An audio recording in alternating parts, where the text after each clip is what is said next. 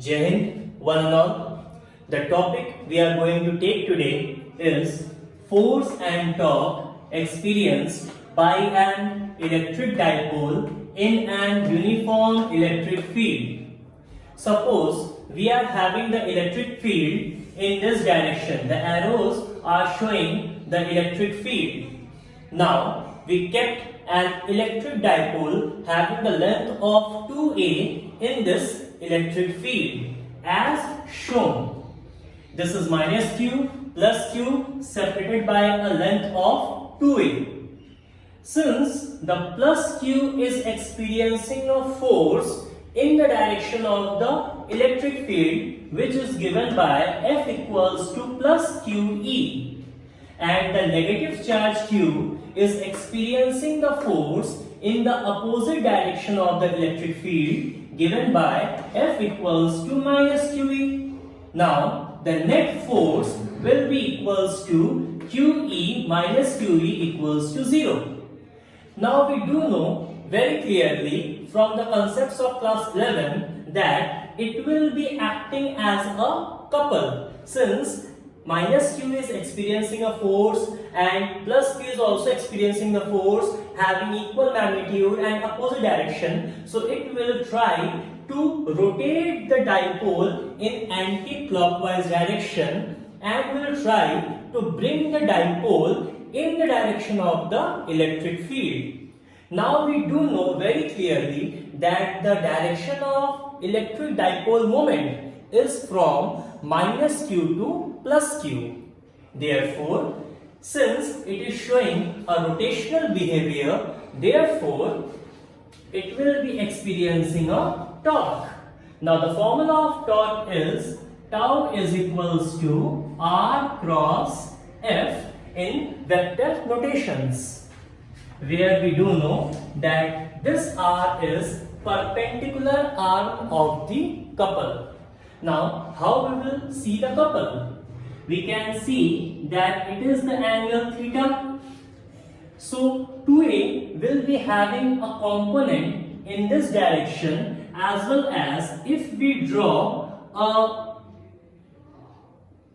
perpendicular on the electric field. This is a perpendicular electric field and this is also a perpendicular on electric field. Therefore, 2a is having a component of 2a cos theta over here and 2a sin theta in this direction. This is F equals to QE and this is the perpendicular arm. As you can see, this is the perpendicular arm. So we are going to put this value when we convert the torque into scalar quantities. So the tau will be equals to 2a sin theta into, that is QE.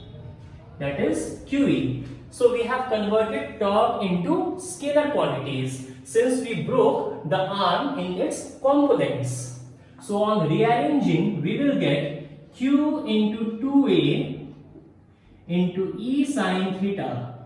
Q into 2a will be equals to P E sin theta equals to torque, and torque equals to P cross E. We have again converted the torque into the vector quantities. Now, from this equation, we can have few cases. What are the cases we are going to have? Case 1. Case 1. If we say theta is equals to 0 degree, that is the angle acting between P and E is 0 degree. If the angle acting between P and E is 0 degree, then tau will be equals to PE sin 0 degree. Sin 0 equals to 0, hence the value will be 0. So P and E, when it can be equals to 0? When P and E having the same direction. When P and E having the same direction. Suppose this is minus Q, this is plus Q. The dipole moment is directed from minus Q to plus Q. This is P and the electric field also in this direction. Then the angle is 0 degree. Now for case 2, we can say